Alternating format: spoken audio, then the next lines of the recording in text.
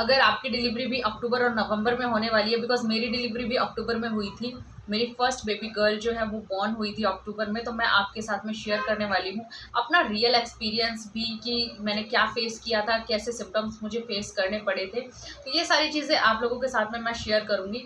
But उससे पहले अगर आप मेरे चैनल पर पहली बार आए हैं तो चैनल को सब्सक्राइब कर लीजिए, नोटिफ़िकेशन बेल को हिट कर लीजिएगा, बिकॉज़ आने वाले वीडियोज़ आपके लिए यूज़फुल हो सकते हैं। मैं यहाँ पर अपलोड करती रहती हूँ प्रेगनेंसी अल्ट्रासाउंड्स और प्रेगनेंसी से रिलेटेड हर एक जानकारी, अपना पर्सनल एक्सपीरियंस और भी बहुत सारी चीज़ें। सो विदाउट सब्सक्रिप्शन तो मत जाइएगा, बिकॉज सब्सक्राइब करना बिल्कुल फ्री है, कोई भी चार्ज पे नहीं करना होता है आपको इसके लिए। और मैं आने वाले टाइम में बहुत ही इंटरेस्टिंग और आपके लिए यूजफुल वीडियोस लाने वाली हूँ।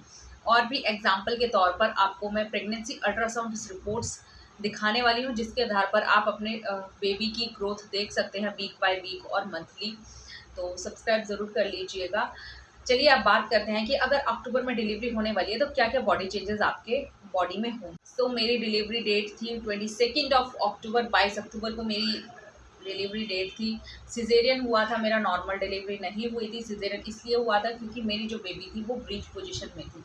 अगर आपकी भी बेबी या आपका बेबी ब्रीच पोजीशन में है, मतलब बच्चा उल्टा है, ब्रीच पोजीशन आपके अल्ट्रासाउंड में मेंशन होगा। अगर आपने लेटेस्ट कराया होगा या फिलहाल अभी कराया होगा, जो भी अगर आपने 9th मंथ में कराया है और आपके बेबी की पोजीशन ब्रीच पोजीशन आई है, फिर भी आपको घबराने की ज़रूरत नहीं है, क्योंकि डिलीवरी के 2-3 दिन पहले भी बच्चे ऑलमोस्ट अपनी पोजीशन चेंज कर लेते हैं। बट मेरी बेबी ने पोजीशन अपनी चेंज नहीं की थी, वो ब्रीच पोजीशन में ही थी। सो मुझे सिजेरियन कराना पड़ा था। बट पहले मेरी बेबी की जो पोजीशन थी वो सैफ्लिक पोजीशन थी, बाद में पता नहीं कैसे ब्रीच पोजीशन में आ गई थी, तो सिजेरियन ही कराना पड़ा था। तो इस तरीके से आप देख सकते हैं। चलिए अब मैं बात करूँगी कि आपके बॉडी चेंजेस क्या-क्या होने वाले हैं अगर आपकी डिलीवरी इसी मंथ में होने वाली है या 15 से 20 दिन बाद हो जाएगी। तो देखिए, सबसे पहले तो अगर आपकी सेफ्लिक पोजीशन होगी तो नॉर्मल डिलीवरी के चांसेस बहुत ही ज़्यादा हैं। सबसे मेन कारण होता है कि सेफ्लिक पोजीशन में आना बच्चे का नॉर्मल डिलीवरी के लिए। तो सबसे पहले तो आपका बच्चा जब सेफ्लिक पोजीशन में आएगा, इसका मतलब है बच्चा सीधा होगा। सीधा कैसे होता है? जब उसका हेड नीचे होता है, बेबी हेड डाउन करता है, तो आपको कैसा फील होगा। सबसे पहले तो मैं बता दूं, जो आपका ऊपर का पेट का एरिया होता है, वहाँ पे बिल्कुल आपको खाली खाली फील लगने लगेगा। हो सकता है कि आपको जब आपका बेबी टर्न करेगा, turn in the sense cephalic position में जब होगा आपका बच्चा, तो आपको पेट में दर्द हो सकता है। ये 15 से 20 दिन पहले आपको हो सकता है, क्योंकि जब बच्चा राउंड करेगा पूरा घूम जाता है और वो बच्चा नीचे की तरफ पुश करने के लिए रेडी हो रहा होता है। उस टाइम पे आपका जो ऊपर का पेट है, ऊपरी सतह है, वो बिल्कुल खाली हो जाएगा। आपका डाइजेशन सिस्टम अच्छे से काम करने लगेगा। आपको बिल्कुल भी कॉन्स्टिपेशन की प्रॉब्लम नहीं होगी। आपका खाना बहुत अच्छे से डाइजेस्ट होगा। जो भी आप खा नहीं पा रहे थे वो बहुत अच्छे से खाओगे। हार्टबर्न की प्रॉब्लम सबसे ज़्यादा होती है प्रेगनेंसी में, वो बिल्कुल ख़त्म हो जाएगी। तो ये सारे सिम्टम्स आप देख सकते हो कि आपके बच्चे ने सेफ्लिक पोजीशन ली है या नहीं ली है। ये तो हो गए बहुत छोटे-छोटे सिम्पटम्स जिनके आधार पर आप देख सकते हो। सबसे बड़ा जो सिम्पटम है, आपके जो पेल्विक एरिया है, वहाँ पे आपको प्रेशर फ़ील होने लग जाएगा। जैसे ही आप बैठोगे, आपको नीचे बहुत ही ज़्यादा प्रेशर फ़ील होगा।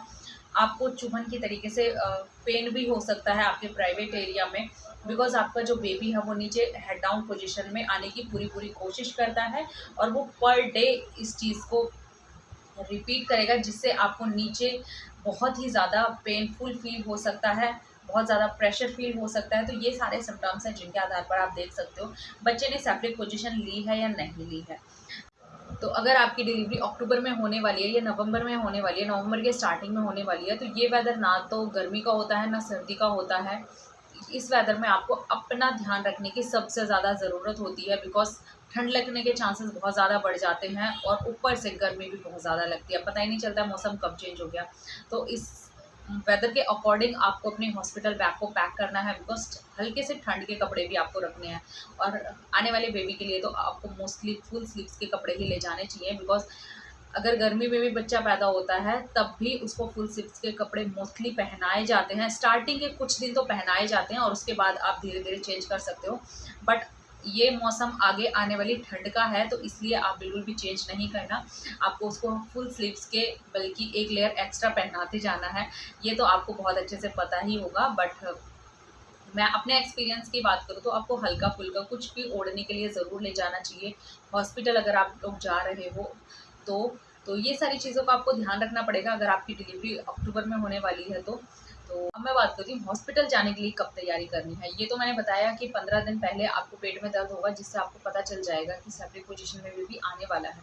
सबको नहीं होता है, बट हाँ, अगर आप नोटिस करेंगे, ध्यान रखेंगे, अपनी बॉडी चेंजेस पर ध्यान रखेंगे, तो ये सारी एक्टिविटी जो भी होंगी, आपके बॉडी चेंजेस जो भी होंगे, वो आपको नोटिस होंगे और आप कंसिडर कर सकते हो कि आपकी नॉर्मल डिलीवरी के कितने दिन बाकी रह गए हैं। इसके बाद अगर मैं बात करूँ, जब बेबी नीचे प्रेशर करता है उस टाइम पे आपको हल्का हल्का दर्द होने लग जाता है, और आपकी डिलीवरी को जब 1 वीक या 10 डेज़ रह जाते हैं, जब बच्चा कंप्लीटली प्रेशर करके रेडी हो रहा होता है नॉर्मल डिलीवरी के, उस टाइम पर आपका वाइट डिस्चार्ज बढ़ने लग जाएगा, ना कि घटने लग जाएगा। डे बाय डे आपका जो वाइट डिस्चार्ज है वो बढ़ने लग जाएगा, मिकस प्लग भी आपका डिस्चार्ज होने लग जाएगा। तो ये सारे सिम्टम्स आपको नोटिस करने हैं। दूसरा, आपका पानी की थैली कब फटती है।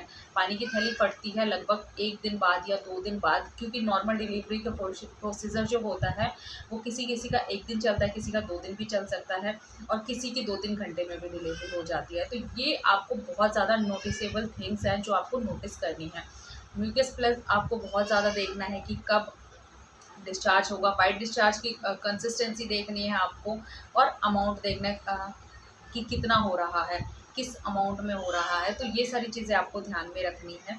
और उसके बाद में अगर आपको ब्लीडिंग हो रही है, हल्की-फुल्की स्पॉटिंग फ़ील हो रही है, तो उस टाइम तो आपको तुरंत हॉस्पिटल के लिए रन करना है। तो ये सारी चीज़ें आप लोग ध्यान दे सकते हैं। अक्टूबर में अगर जिन भी लेडीज़ की डिलीवरी होने वाली है, उनके लिए ये वीडियो है।